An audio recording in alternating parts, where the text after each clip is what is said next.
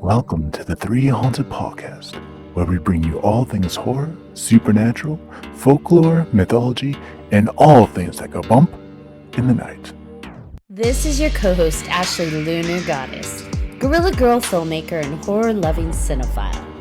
I'm your co-host, John Thomas, paranormal investigator, super smartass, and film lover extraordinaire.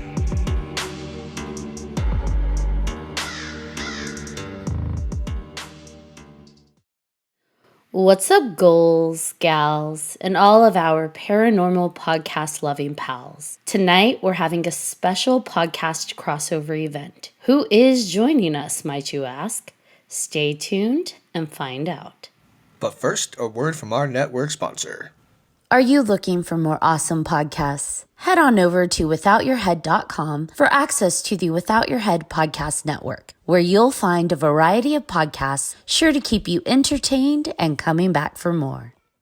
And blah, blah, blah, blah, blah, blah, blah, blah, blah, blah, blah, blah. And bring it back. Welcome back, everybody. Like Ashley said, we have a very special guest tonight. His name is Jeremy Bryant from Paranormal the New Normal podcast. Welcome, Jeremy. This is exciting for our first crossover. I'm so happy.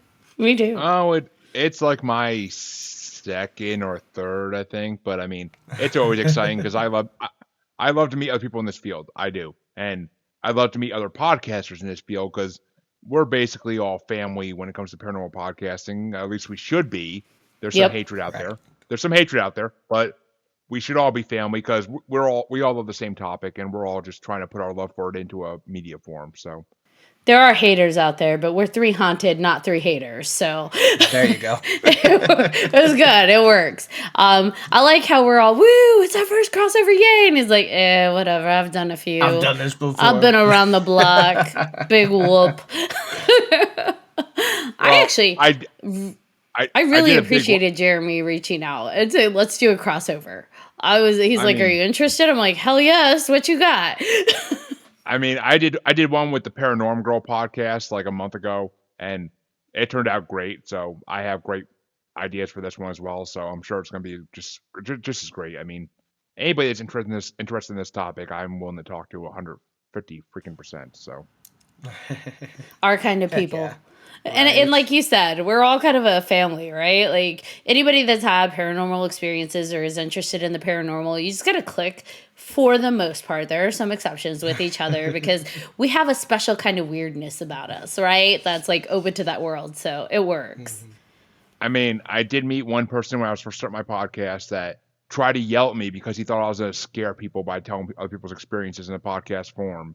And he's like, you're making these people more scared of the paranormal, not want to be interested in it. And I'm like, dude, you're a hack job. I blocked him. You're a hack job. He probably doesn't want to listen to ours then because we got some spooky stuff. I mean, we make light of it for the most part, unless it's like something super serious. But yeah, no, we definitely. We try to balance it because, to be honest, some of these things are very scary. So to kind of keep yourself from being overwhelmed by that, you gotta be able to joke. It's like I have a friend who watches horror movies and like will just binge watch horror movies, but then they watch Winnie the Pooh before they go to bed to kind of cleanse their palate. And I feel like that's what we do, right? That we talk about all this. It's not me. And I feel like that's what we do with the paranormal, right? We talk about all this stuff, but then we joke because we have to kind of decrease the intensity of that fear a little bit. At least for me. Some people love to be scared. They love that adrenaline. I am not one of those. The question is, are they going to watch Winnie the Pooh, Blood and Horror, or Blood and Honey before they go to bed now? Yeah. I don't think so. I will. Let's do it. I feel like what would be your palate cleanser though? Like if you're on a horror binge fest, you're like, I gotta calm the nerves and cleanse it out. What would be your thing that you cleanse it with? Like if you had to watch something else to calm you. South Park or Futurama, easy. South Park's good. That's funny. Yeah. Mine would probably be The Office, just because I watch The Office a lot. But I watched it once. I don't know if I can rewatch it. I mean, it's good. It's great. It's great. Don't get me wrong. I'm not gonna hate on it, like Friends. Right. But I mean, the Office is great. I love it. But it's just not rewatchable in my mind. There's so many other better things I'd rather watch out there. I feel like my palate cleanser would be Step Brothers. So Yeah. Ooh, that's a good one. Did you touch my drums? You put your nuts on my. You put your ball sack on my drums. That's my go-to. Anytime I need a laugh or I just need to like, that's my go-to. I will put on Step Brothers. It never gets old for me. No, those It two was together are hilarious. Yeah, I mean, it was for years for me, but I can't sit and watch that movie anymore. I've seen it too many times. Like, eventually you have to find new things. You see, and there's no such thing for me with that one as too many times. There's some movies that are one and done for me, but that one that's a good one. That one gets me. But I used to have cable when that came out. So I used to watch it on originally HBO or Cinemax, and then I used to watch it on FX like constantly. So now that I don't have cable, I'm not gonna watch that. I'm gonna find other things to watch, like on streaming services. Like I mean, hell, I'll put on freaking Moon Knight or WandaVision to freaking do that now. Yeah. I want to say Scarlet Witch, but that's not the name of the show. Come on. I feel like that should be the name of the show, though. No, because it's Wanda and Vision. It's WandaVision. Yeah, you know. And it's amazing. I'm still bitter about Vision. I'm not. I mean, he can be rebuilt. You don't think the new Iron Man that's coming out is gonna freaking build him again? Oh, just I hope so. What the hell's her name? Ironheart. Ironheart? Yeah. So speaking of Ironheart, is anybody else super stoked and ready for Wakanda Forever? Yes. I am, but I'm also cautious because of no Chadwick Boseman.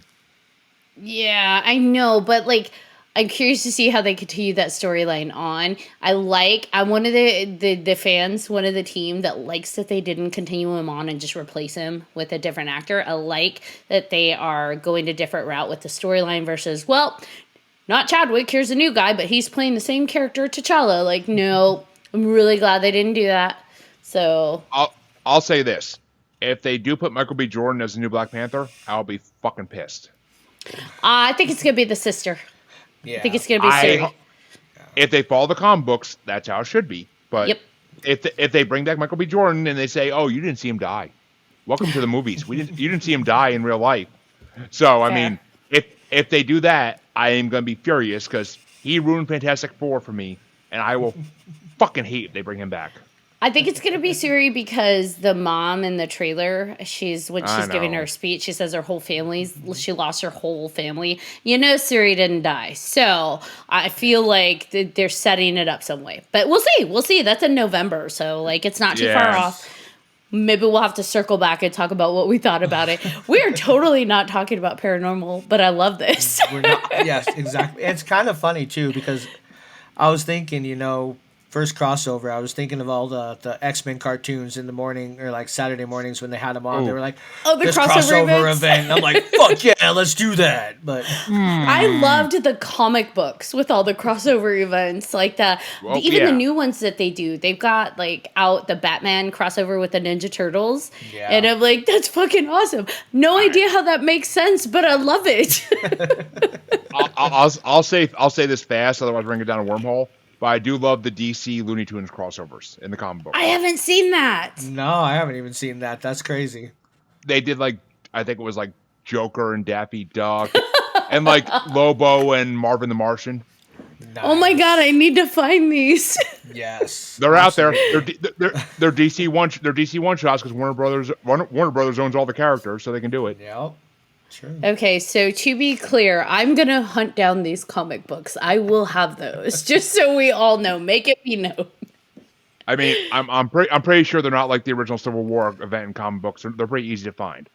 Yeah, I see it right now. Daffy Goes Gotham, $4.99. So yep, there you go. Not even expensive. Awesome. I think that might have been the original cover price. I'm gonna find those. Guarantee they're everywhere because I guarantee they didn't sell out of any of them. I guarantee. But I only bought them when I was buying comic books because I love Looney Tunes and I love DC. But I mean, I'm more of a Marvel guy, but I love DC and I love Looney Tunes enough to buy any book they're in. So, I mean, there you go. And I stopped buying comic books because of that cover price right there, $4.99. That's ridiculous.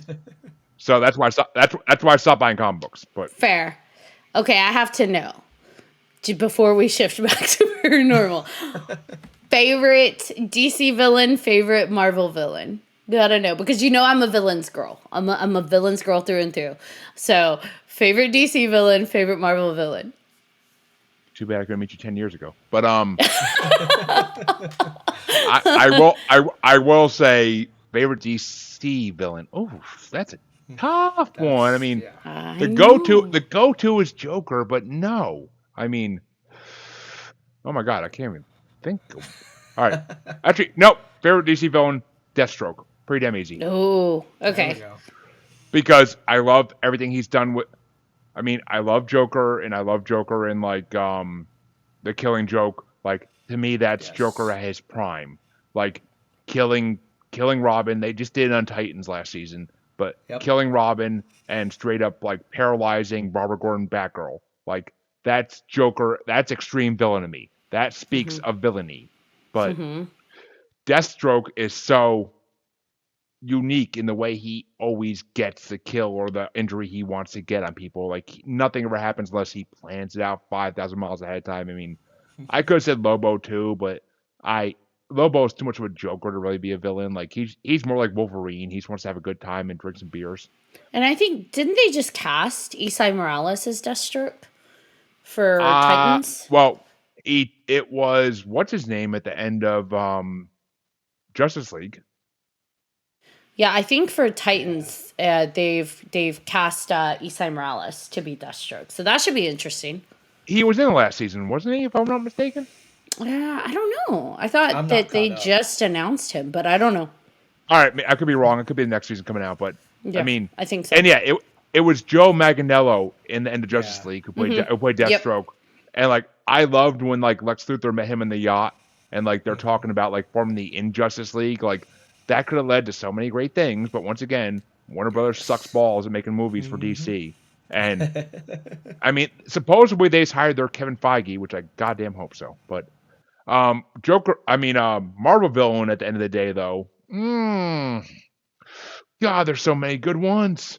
I mean, I could easily go for Apocalypse, or I could easily go for Mr. Sinister, because I'm an X-Men guy at heart, and I love X-Men to the end of my days. Same. But the best Marvel villain, because he literally ended the universe, ended the multiverse, and brought everything into one world that he wanted, is Doctor Doom.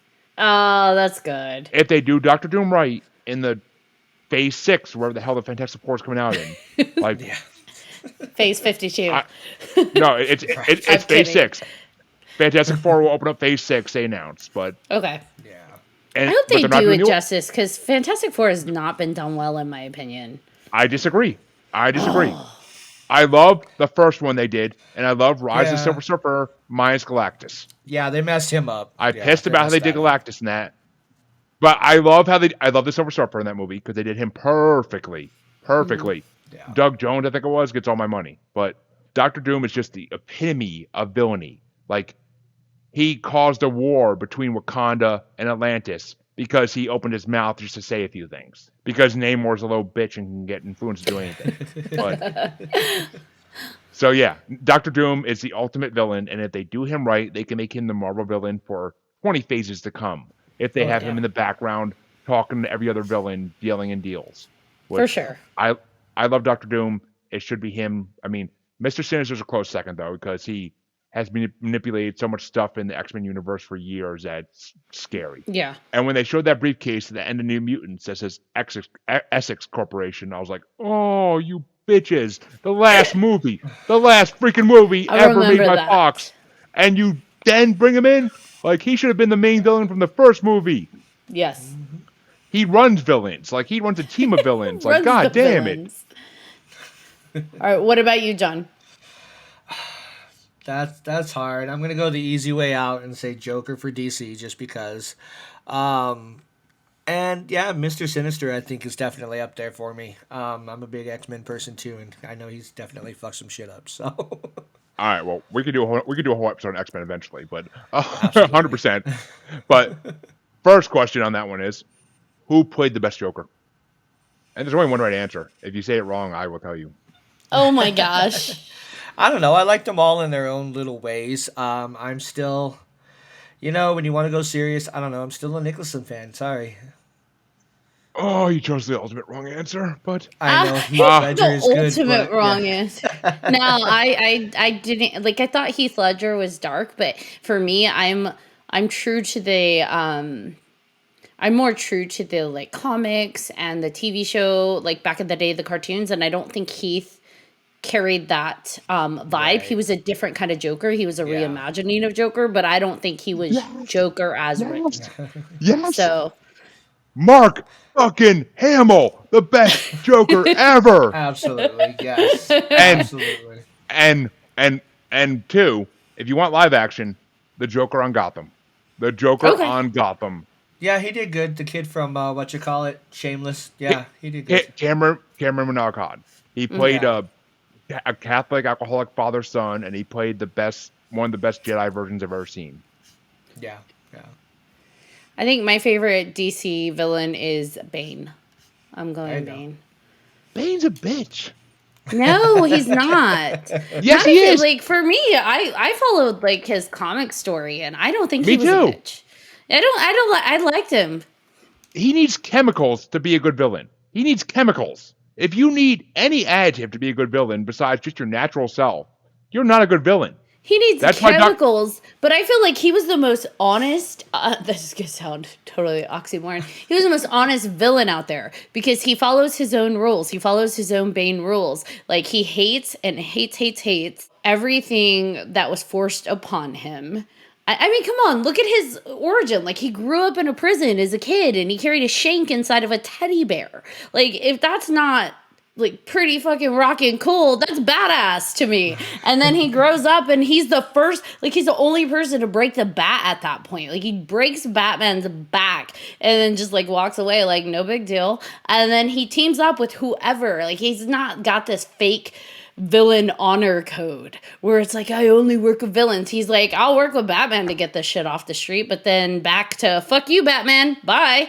I don't know. I liked him a lot. I don't consider Bane a villain. I consider I him do.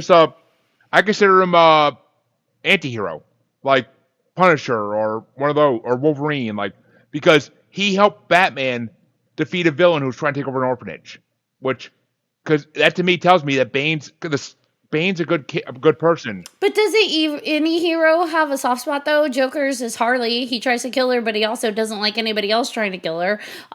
Same thing with Poison Ivy when she teamed up with Harley Quinn and they had their little sirens of Gotham or whatever. Like they all have their moments where they are doing things that are not quite like ultimate villain, and they have like this moral relativism that or like they work with who they work with. I'll get to my man here because Joker is the truest definition of a villain. He does nothing but for himself. Anything he does is for him, and if he'll join a team of villains, but at the end of the day, he'll fuck them all over just to get what he wants. Joker is the ultimate villain in DC. I mean, I don't even remember who the fuck I said at this point, but Joker is the main. Oh no, wait a minute. I said Deathstroke, which Deathstroke is a villain because he works for money and he hurts people because of that. That's all he wants is to work for money, but which is a true villain too because they just want to do bad things to get paid. But Joker is the truest villain. But I think we can all agree though. I think we could all three of us agree no matter what we like about or who we choose as our villains, the villains by far are the best written characters in any of the universes. So you have had a paranormal investigation done on your house, right? Yes, I have. Back in December of 2021. Holy cow, so that was recent. I just bought this house in November, so yeah. Wow. So like how I have so many questions. Like how does that come about? Like how much activity did you experience before you thought I need to have an investigation? Let me start at the beginning of this, basically. So I bought this house September 30th, 2021. That's when I signed my soul over and signed the deed and everything. Because you basically are signing your soul over when you buy a house because you just sign like 50 documents. But basically, my wife, my then girlfriend, now my wife, and her father were staying here, fixing up the house. And I was staying at my mom's house still because I lived there and I wanted to sleep in a bed and not sleep on the floor in an air mattress. So as much as I love my wife, I didn't want to sleep in an air mattress.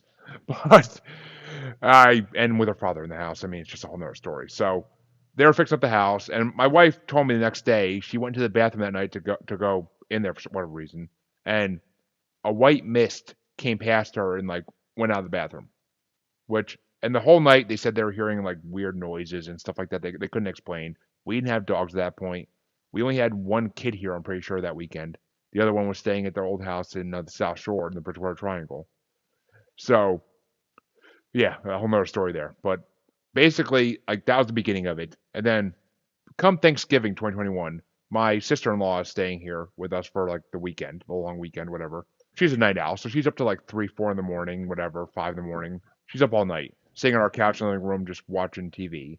And she says she saw a shadow person walk from our hallway, which is right outside that door, into the kitchen, and then they would walk back and forth between the kitchen and the hallway, and it would stare in the hallway and stare at her. And she also went to the kitchen at one point during the night, and there's a door in the kitchen that goes out to the garage basement. Like if you go straight, it brings you to the garage to another door. If you go there's a stairs to the basement as soon as you open it. She saw it looked like someone was wiggling the handle of the door from the other side of the door while she was in the kitchen. Which I will say, none of us have experienced this since then. At least I don't think my wife has. If she has, she hasn't told me. I mean, that was freaky as hell. I mean, my wife especially gets creepy feelings if the lights are off in the basement and she goes from the basement to the garage. She'll get creepy ass feelings like something from the basement's watching her. And she said once or twice she saw a shadow person standing at the bottom of the basement stairs. And I've never seen anything besides out of the corner of my eye, like a flash here or there. Like, because like I bought my wife one of those aromatherapy like balls that you can buy that like you can put different oils in and emit smoke. I bought her that for Christmas. So out of the corner of my eye and that thing, I would see something like run across the room like fast as hell, and like you look twice and it's not there. So in December, I got the Massachusetts Paranormal Society, where the freak they're called. Like I don't remember the name. It was a guy and an older woman, and the guy seemed to be in charge. And they came to my house, and they got all the measurements with the EKG and everything beforehand from all the electrical outlets so they could measure. And basically, we went to my daughter's room first because, I mean, we were also seeing these weird shadows on my daughter's bedroom wall, and it looked like a guy going like this, which I mean, nobody could see my hand except you guys, but but it's a very weird movement to see in your daughter's room, and you kind of freak out when you see it. Yeah. Because it's certain nature, but Looks a little explicit.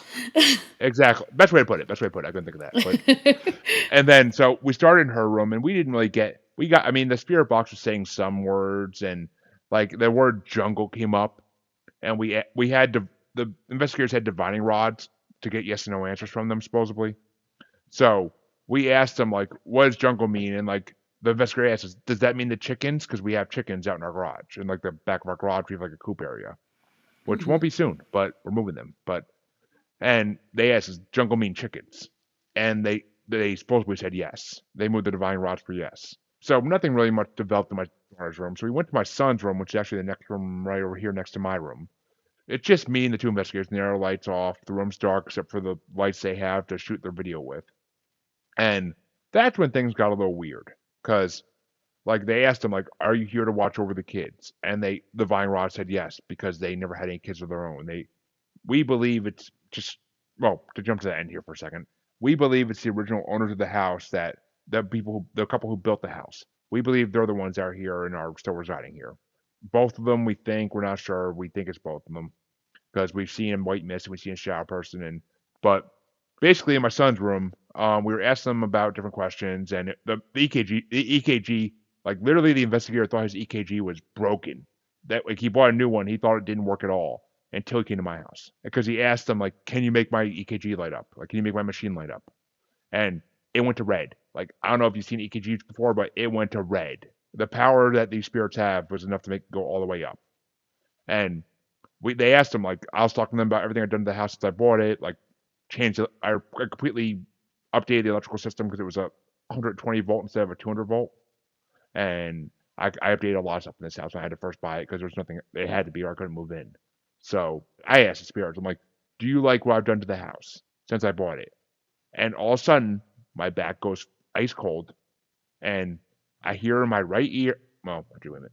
In my right.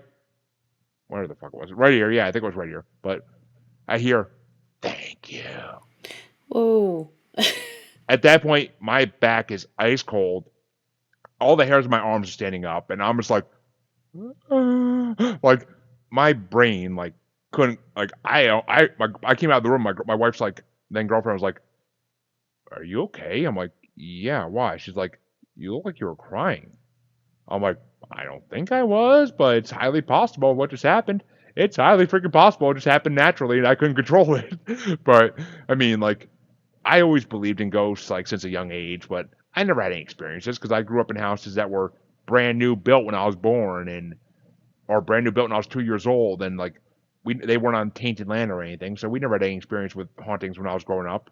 So like this is my first real experience with actually having a spirit say something to me, and I know it was a spirit because nobody else in the room talked. No, none of the two investigators in the room heard anything but me. I'm the only person who heard anything, and the look of my and they took pictures at that point too of like, and I swear to God, I was standing right there, and my arm was like this, and in between my armpit and my arm, there's a face in those pictures. I swear to freaking God, I show it to people. Some people see it, some people don't, but I saw a face between those arms. What kind of face did you see? It's really, really hard to tell. Like you can see the outline of a face. Like you can see the nose, you can see the mouth, but you can't tell what it is. Like because they had like purple lights and everything flashing in the room Yeah, too, yeah, with yeah. like, so you can't see what the hell face it is. But It was dark, but you could see there was some kind of face there.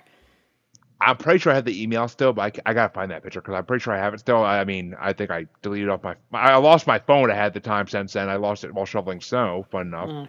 and I didn't find it for like 3 months, but and then it still worked. It still Oh, worked wow. after being buried in a foot of Massachusetts snow, but it still worked. But I have the picture of my email. I'm pretty sure of the face, and it's creepy as hell. I mean, I actually have to put out my paranormal podcast Facebook group.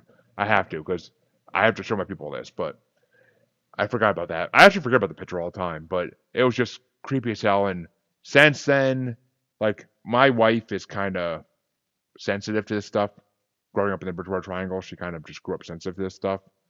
So she will say, like, the one night we were drinking up late and we were out on our front porch smoking cigarettes and like we were arguing, of course, because when you drink you argue. At least in my culture. But she was straight up telling me, she's like, they're not happy with us here anymore. They don't like the way we treat each other. They don't like the way we treat the kids. Which I mean, we treat our kids fine, but whatever. I mean, we yell at them because they need to be on ADD pills, in my opinion. But that's my opinion. And so, and like she pointed towards the doorway where we put like one of those white sliding doors, like where the hallway meets the living room, just for noise control. And she's like, "There's one of them right there right now watching us, and they're not happy with us here. They put up with us at first, but now they're not happy we're here anymore, and they want us out. They want to see who else can live in this house." And I was like, "Yeah, okay, whatever you say." Like, not believing her because I was drinking, and I was like, "Yeah, f you, let's go." And like, so I started to go to bed, and I walk into my bedroom, which I'm in now, and as soon as I passed that hallway door, it was like cold chills all down my body. I was like, "Okay, she's not wrong. Holy shit, holy shit!" Like it was just like a horrible feeling. It's like, okay, they still are here. They're not going anywhere. And it's funny because I just interviewed someone on my paranormal show who episode won't drop for like at least a month or two. But by the time this podcast releases, who knows? But she has a crossing over prayer in one of the many books she's written, and I kind of want to have it. I want to play it out loud so I can see if it maybe makes a move on. So you said your wife grew up with like paranormal experiences. Did you, or was this your first kind of interaction with paranormal, like experiencing it and seeing it and hearing it for yourself? I grew up as a paranormal lover because of that one book in my elementary school that had Bigfoot and Loch Ness, and then at the end they had a little section about living dinosaurs. But we'll get into that in my show. Trust me, that's one of my favorite topics to bring up. But I, I never. Besides that, I never grew up with anything really paranormal. I mean, besides TV shows and stuff. But I, I mean, at my wife's house in the Bridgewater, old house in the Bridgewater Triangle, I did have my son point out a UFO experience to me, basically, because we were walking in from the yard one night, and he asked me like, "Dad, why are those stars moving?" And I look up, and there's like a cluster of 6 to 8 stars. They look like stars, but they're all moving in one direction at the same speed. And as everybody knows, you can't see stars move with the naked eye. You need to like videotape it over like hours to see them really move, or like a whole night to see them move like an inch, really. But this was 6 to 8 star-looking things moving at the same speed that you can see with the naked eye, and they were moving. Oh, they were moving. Like they were out of sight within like 10 minutes. Oh, wow. And you don't think it was any kind of like military plane formations or anything? I think it was military planes. They would have been a lot lower, and I would have been able to see them because I don't think these were on Earth. I think they were truly in space, and I was watching them move. So that seemed like that they were that far. Oh, they were definitely pretty far off because they looked like stars. They were specks. Okay. But they were literally moving. I was watching them move for like 5 minutes. And I'm like, at that point, it was like, all right, kids, come on, time to go inside, time to go inside. Because my wife swears she was abducted in that house when I was dating her. Like she swears like that was abducted because there Like were at many what nights age? like in her late 20s Oh, wow. because she had many nights where she felt like she didn't sleep a wink. So yeah, I bought her a camera because she wanted to be able to watch the kids while she was in the bathroom smoking a cigarette or whatever, and like she wanted to be able to and with the spirits and stuff, it's always good to have a camera. So Hmm. because the house she lived in the Bridgewater Triangle was built on Native American burial ground, straight out of poltergeist type shit. But so I bought the camera for her, and then the one night she felt like she was abducted again, which I told her the trick I heard on Monsters Among Us multiple times, like wear your clothes inside out when you go to bed, and then if they're right side out when you wake up, that means you're abducted. Helpful I've tip for never heard that help, before. helpful tip for anybody who thinks they've been abducted, because by all logic, aliens are gonna realize you're wearing your clothes inside out. They're gonna think that you're gonna wear them right side out because that's what humans do. So wear them inside out. If you wake up differently, something happened. Either aliens or some weird creep you live next door to. But either way, you should know. So, other than her feeling like she didn't sleep, why did she think it was aliens specifically? What in her was making her think aliens? It's got to be the aliens. Well, one, it's the fucking Bridgewater Triangle, and that is synonymous with aliens. Ah. And two, she just felt like she's been abducted before because she's watched a lot of documentaries on abductees and stuff, and she felt like she related to everything they were saying. So, but basically, I bought her a camera, and then this one night she felt like she didn't sleep again. So she checked the camera the next morning, and you could see this big hulking. And she lived just to set the scene. She lives in a second story room, so a second floor room. So, and her one window is a straight drop to the deck down the first floor, which nothing can get in that window because you nothing to stand on to get into it. The other window, the garage was beneath it. So like there's a little bit of a roof beneath it, and it's still second story, but there's a roof beneath it. So she looked at the camera next day, and you can see this big black, big black, completely shadowy figure, like hulking outside the window above the garage, which is where the camera faced. And then after it gets closer and closer to the window, basically, and at that point the camera feed cuts out. And plus, she also has seen orbs floating all around her bedroom on the camera, and then the feed cuts out too after they float around for a while. So So, do you guys keep this footage? Have you shared it? Like, what do you do with it?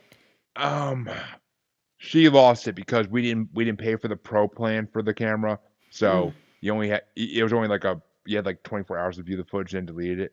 It was good for watching the kids on live feed. That's what it was good for. I mean, if she wanted to be downstairs doing dishes or cleaning or something, and she wanted to be able to keep an eye on the kids if they're watching TV to make sure they're not hurting each other because they're kids.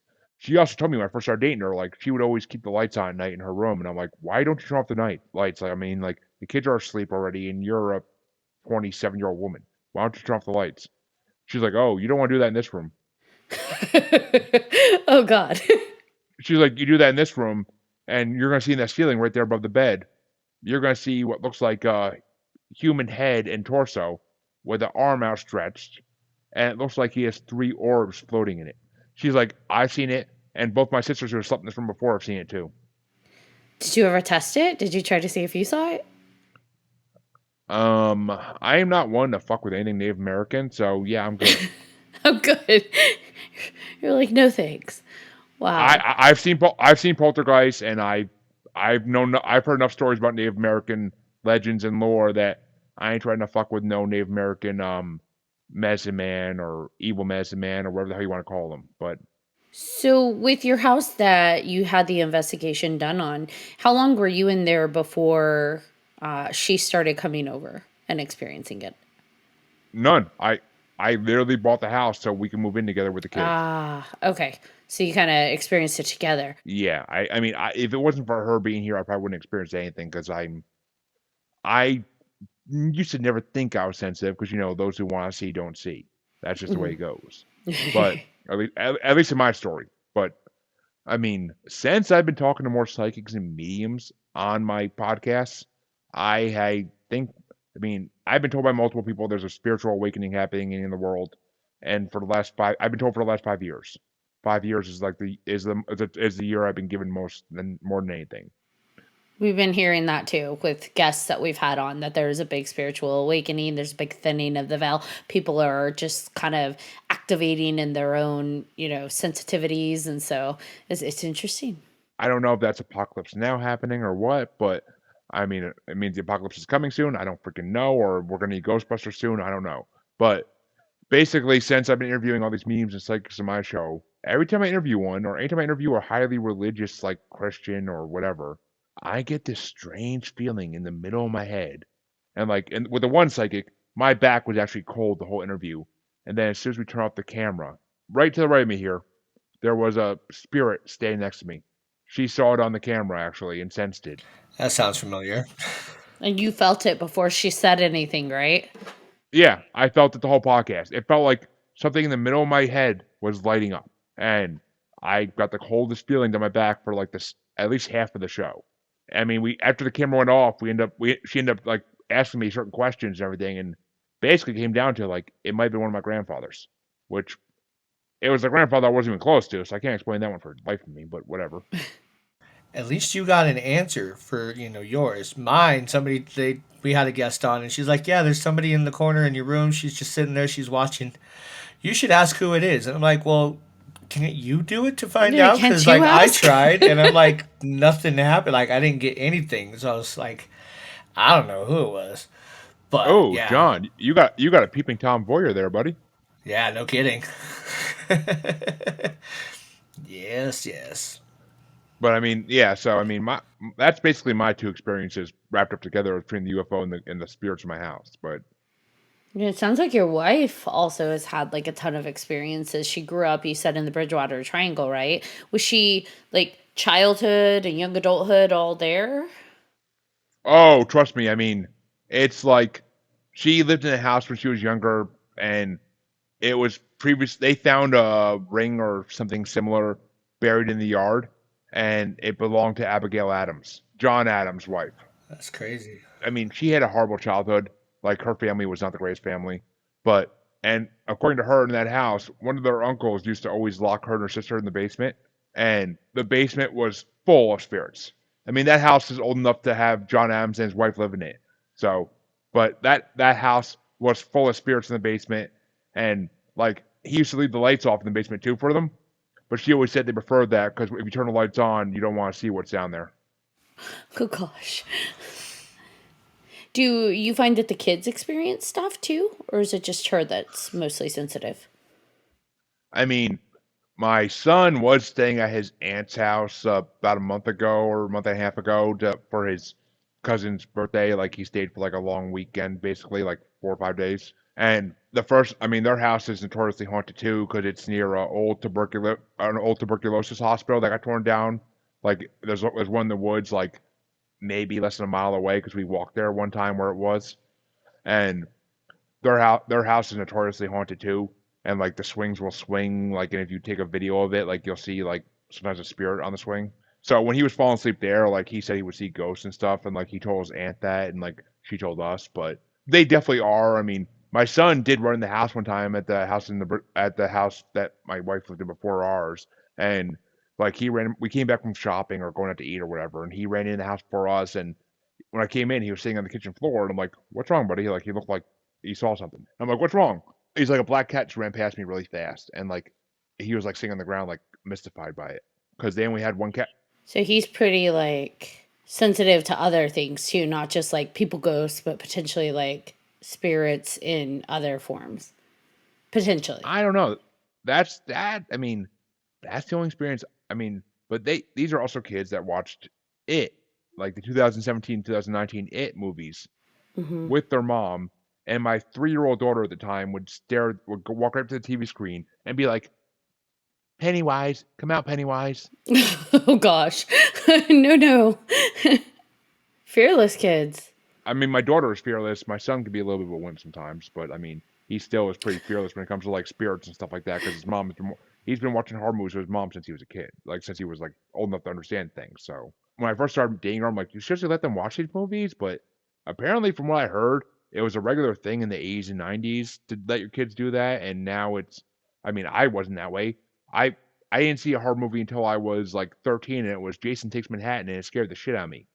And I used to look at my window at night and think that there'd be a hockey mask like looking back at me. But so yeah, I mean, I was never one for horror movies until very recently, like in the last 5 6 years. Like I got into horror movies a little bit, and like I'm on a podcast called Bracket Bastards, and we did a horror comedy bracket, and we did like a Halloween horror franchise bracket. So I had to watch a lot of horror movies for that, but I I still will not watch like Annabelle or The Conjuring or like I don't like spirit shit like in movies. Yeah. I like serial killers and like supernatural serial killers and stuff like that, and like I could do horror comedy because it's funny and like I don't get scared of it anymore, obviously. But it's just I do not like spirit movies because I believe spirits are all too real. I mean, I'm more worried about a spirit coming through than Freddy Krueger, for God's sakes. But Like for sure. I get that. Yeah, I was gonna say we kind of talked about that a little bit before with you, Ashley, about like possession movies and stuff like that. How you kind of would rather watch from somewhere else. For sure. Like I'm not I can't do possession movies. I I just don't think can't. I've ever watched. I mean, I don't think I've ever watched one possession movie in my life. I mean, I've seen, I watched the Exorcist TV series that it was on Fox a couple years ago because that was a pretty damn good series. But and like I mean, I've seen Scary Movie too, of course, but but other than that, like I mean, I've never really watched any possession movies. Like I know all the scenes from The Exorcist because I've seen like the clips and stuff on VH1 and whatnot back in like the I love the 80s, I love the 90s days. But Yeah. Yeah, I feel like those movies just hit a little too home in some of my like spidey senses, if that makes sense. Like it puts me on edge in a way that I can't explain other than if there's something in my subconscious that is like there's something real in this and I just can't. Like I can't. on my second paranormal show, Global Strangeness, which is like a discussion show with me and Mhm. my two co-hosts, we did an episode on possessions and exorcisms, and just the amount of exorcisms that have taken place in the world, like since 1980, is Yeah. freaking ridiculous. Like I, I'm not religious. I'm an agnostic. Like I believe there's something out there. I believe there's things out there I don't understand. But I'm not gonna go and say like, oh, I'm Christian, I'm Jewish. Like I'm not gonna go do that because I just don't. I can't fall in line with any church because I hate churches. I hate religion. Like I hate organized religion because I think it's the downfall of humanity since the beginning of time. That's my personal opinion. I don't expect anybody else to feel that way if they don't want to, but that's my Yeah. personal opinion. But there are things out there we can't understand. I don't like to call them demons and angels. I don't like to call them heaven and hell. I like to say divine beings or heavenly beings if I have to, or underworld beings. Like that's why on my show, that's why I call them because same as I don't like the word werewolves. There are certain words I don't like in the paranormal world that I try to avoid because werewolves are not werewolves. They're dogmen, which we'll talk about in my show. But yeah, I mean, so there are definitely spirit things out there that we can't freak with them, we can't fuck with them. Like there's spirits out there. I've heard stories in my shows about a man who saw the devil 3 times, and I believe every damn word he said, every damn word, because the way he told it, he wasn't lying to me. I can tell people are lying to me. He was not lying to me. What made you decide to get a paranormal investigation on your house so quickly? Because you said you signed the papers in November, right? And then you had the investigation in December. Uh, September I signed the papers in September, ah, but yeah. end September, so like beginning of October basically. But I just, I mean, I found them online. They didn't charge anything to do it, so I was totally just. I mean, it's free. Why the hell not? And it put my. I thought it would put my. I thought it would put my wife's mind at ease. I never thought a spirit would be talking to me. Now, when they came to do the investigation, were they just coming to prove it, or were they coming to actually like try and get rid of it for you? What was that conversation? I mean, originally I thought they were going to get rid of it, but once they found out it was like a harmless, like old couple spirits who died naturally, they died of. I mean, they died of. Well, I mean, this house had radon in it. Apparently, when I had the home inspection done, the radon levels were like 13 or 14, which is 4 is the average. So 13 Mm-hmm. or 14 is high. So I mean, whatever the measurement is for it, but 13 or 14 is high for radon. Which, for those who don't know, radon is basically invisible gas, but because we live on a mountain, it naturally pumps into our basement because it comes through the rocks and everything else. So I had to have radon pumps put in my basement, which cost a good grand, and I had to have them seal off like all the holes in the basement, like along the walls and stuff. Like they sealed everything off. We think the man who originally built the house died of radon poisoning because he died in a nursing home or a hospital with lung damage. And I mean, the wife, we don't know exactly how she died. She died a few years before he did, in a nursing home as well. So that was the craziest part to me because I always believed people haunt where they die. Like I was always a firm believer of that. But as I've been told multiple times since then, that's not true at all. People will haunt where they feel most comfortable. Like people will, like spirits will reside where they feel most comfortable in life. So they're not like stuck to one spot. That's just where they feel most comfortable. I mean, this married couple built this house in 64 or 68. I forget the exact year. So they lived here for 50, 60 years. Like they lived here for a long, long time. So it makes sense they'd be more comfortable here than anywhere else in the world. Yeah. Wow.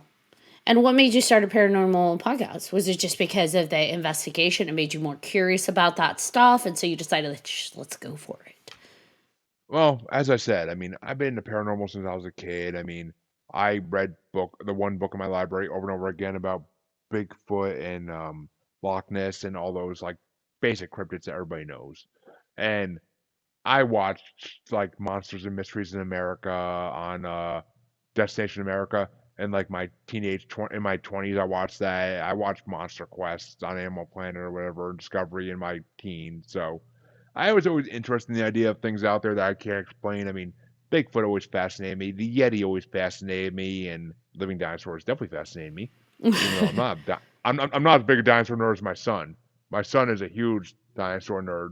But basically, I was on a podcast called Bracket Bastards that I joined off Facebook because this guy was running a group on Facebook called Bracketology, and it's basically just like a poll site with 2 different brackets going on each month.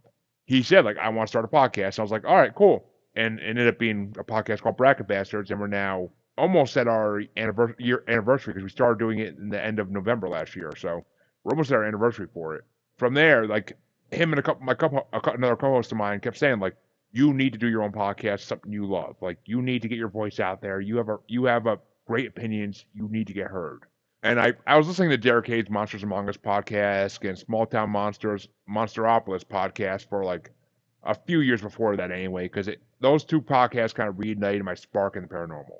Hearing people call into Monsters Among Us reignited that spark. I mean, there's a funny story behind that, but I'm not going to go into it now because it's a long story. But they reignited my spark in that. And I actually had Derek Hayes and Mark Matsky from Small Town Monsters on my podcast in the last 2 months. Wow. So that was the awesome part. It was like a dream of mine to have those 2 of my podcasts. But so that basically got me into paranormal again. And I'm like, I'm going to start a paranormal podcast. I want to interview people who have dealt with the paranormal and who deal with the paranormal on a daily basis. Like that's what I want to do. And I also started a music podcast because I love music and I love horrorcore. I'm a juggalo for life, 100%. But so I started those 2 podcasts, and at one point I was on 5 podcasts at once, and now it's Holy 4 cow. because I know, right? I mean, I only edited 3. I only edited 2 of them and posted one other. But Since you've had the investigation done on your home and you've kind of gotten random gear for like your wife, have you gone in an investigation of your own? Or do you want to? oh, I want to. I mean, I don't know so much about a ghost investigation, but I am totally down to go like legend tripping and go look for Bigfoot. Like I'm totally Leominster State Forest, which is about 15, 20 minutes from me. I would totally go there and look for Bigfoot because he's been sighted there. How do you find Bigfoot? He laughs. Well, where there's a Bigfoot, there's a big something else. But I mean, it's Bigfoot, Like a big poop? so not the direction I was going, but we'll go with that. But, That's the direction we go all the time. We go everywhere. We've talked about big boob for female big feet. Like there's so many. oh, if you want to talk about that, we'll do it on my show. But I got a funny story for that one. But yeah, I mean, for Bigfoot, you go in the woods, you look for footprints, you look for fur on trees, and you knock on some wood, and you hope that he knocks back, or she knocks back, or the kid knocks back. Is that how that works? I mean, if you watch any Bigfoot show, that's what they do. You can't really, or you set up cameras. I mean, there's really no way to like, you're not gonna go walking through the woods and find Bigfoot because it's just not gonna happen. You're making too much noise, no matter how quiet you think you are. They can hear you, and no matter how quiet you think you are, they will hear you and they will hide. Like I'm friends with this one these two people on Facebook who they swear they live on like a Bigfoot sanctuary in the woods, and they post pictures every day of like, and they like outline them now too because people kept like hating on them, and they're like, oh, and they give them all the names too, of course, and there's like, oh, there's a Bigfoot behind that tree there, like, and like in the outline you can kind of see like what they're talking about, but like there's been no definitive proof of like a full on picture yet. But then again, one of my theories, which I'll get into both those on my show because I want to take your time up for that, but one of my theories is that Bigfoots might be alien related, and that's why they have the technology to kind of blur cameras and blur video. We talked about that I was on our going to say, episode. we touched on that one, yes. Wondering if they're like coming in and out of wormholes, which is why you see them, but then they disappear into places that you can't really come out of. And so we've had all sorts of theories too. It'll be fun to talk about on your episode. I mean, yeah, the ultra-terrestrial theory was brought to me by Lon Strickler, a paranormal investigator out of Pennsylvania, who was on my show, and like he believes that like most cryptids are ultra-terrestrial or interdimensional. Sweet. And for most cryptids, I can't go that road. I believe Bigfoot have been around since before humans, or since as long as humans have, and that they are skin and bone, and they're part of this earth just like we are.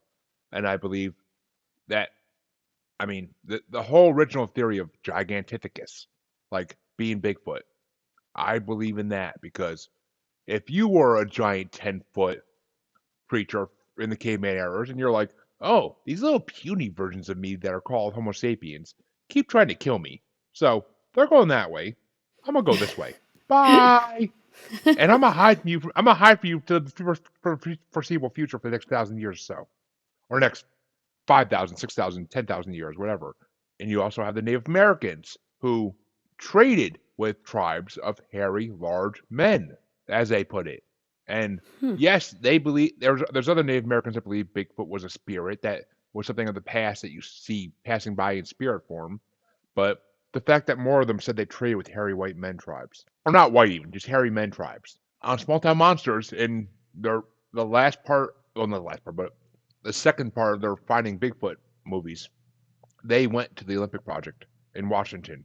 They saw multiple rows of nests that are so huge, it would have to be a Bigfoot-sized creature asleep in it. No small creature is sleeping in that. Like, nothing we know of. Like, they're bigger than bear. Like, the nests and bears don't sleep on the ground in nests. They sleep in caves. Interesting. There are so much evidence I've heard about out there.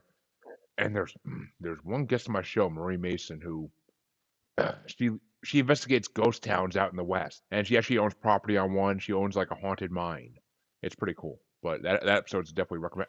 I want to go to a haunted mine. I changed my mind. I don't want to go to a haunted mine. I have a thing with claustrophobia being underground, so I think adding ghosts to the mix is probably not a good idea for me. I can agree. I can 100% agree with you on that, and I mean that just brings up to my mind a bad episode of Scooby Doo. But basically, I mean, she was hinting at the whole time that there's something she knows about Bigfoot that she can't tell me. They live in the mines. Maybe she protects them. Maybe there's a secret society out there that protects the Bigfoots, and she's one of them. Big feet. They protect big feet, and she's one of those. Ooh. Secret society in my ass. It's called the government, but That protect the Bigfoot? I feel like that would not be a thing. I feel like our government would exploit them and dissect them, but I don't think they would protect them. That's just my opinion. Maybe I'm jaded.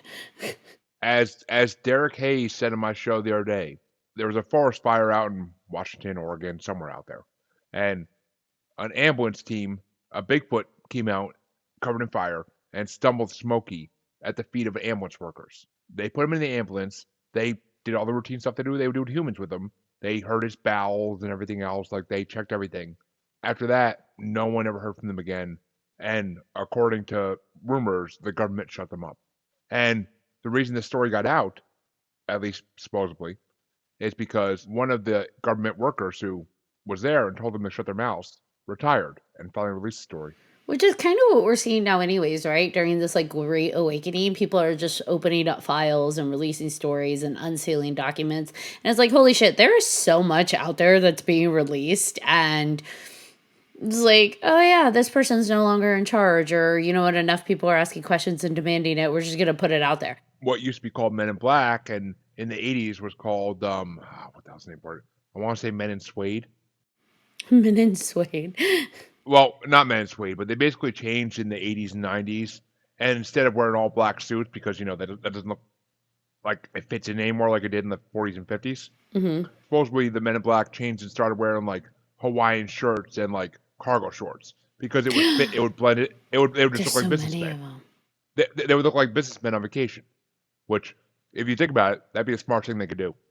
Is change how they dress to try to impress other people and try to look like other people. I heard this story on a podcast. I forget which podcast it was. I used to listen to a lot of podcasts when I was driving around for my job. And like the whole idea was basically that a famous UFO researcher, I forget which one, but they basically took all this information and they made him seem like he was crazy. They basically made him go crazy with the stories they told him, and told me he was wrong about things. And he ended up in a mental hospital.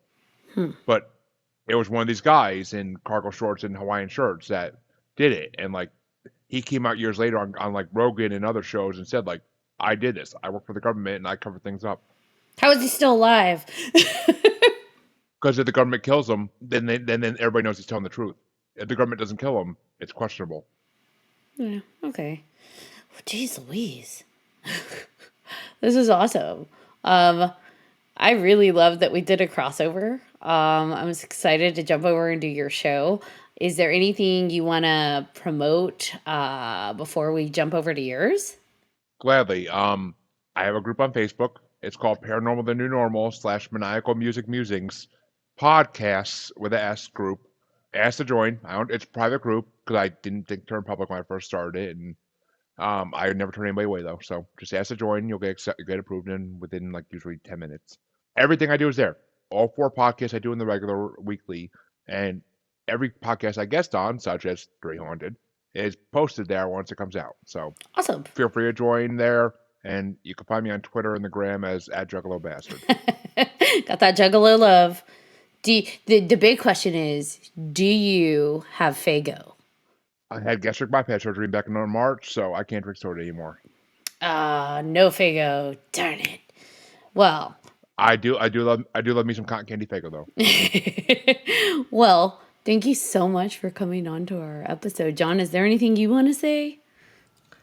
No, this was fun, and as usual, when we talk about aliens, the fact that stuff froze and he disappeared for a while and his computer messed up, and that was interesting, and I'm excited to see if it happens again. I know. Let's see what happens. I'm not. I need my laptop, but This is true. This is true. He's like, let it be one of your computers, not mine. Seriously, I need my computer. I don't want the computer to go down. I just want the whole, the experience thing, the whole freezing kind of, that part was cool. It wasn't cool, but it was cool. It's cool. It makes you like, do. You have like a Hawaiian man doing something funny in a computer room right now. Like pressing the button to kill switch, kill the computer. Right, it's like, fuck, they're talking about us again. Shit. Aw, man, I dropped that nacho on my Hawaiian shirt. Got cheese all over the place. Jeez. All right. Well, thank you so much for coming on, Jeremy. I'm excited to jump on over to your show and be live. John, you want to bring us home? Let's bring us home. Thank you, Jeremy, again for joining us. And thank you to our listeners for joining and listening as well. I am your co-host, John Thomas. I am Ashley Lunar Goddess. And if you have any questions, comments, or episode suggestions, please email us at 3hauntedpodcast@gmail.com.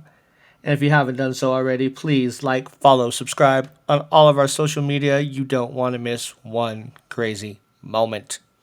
Until next time.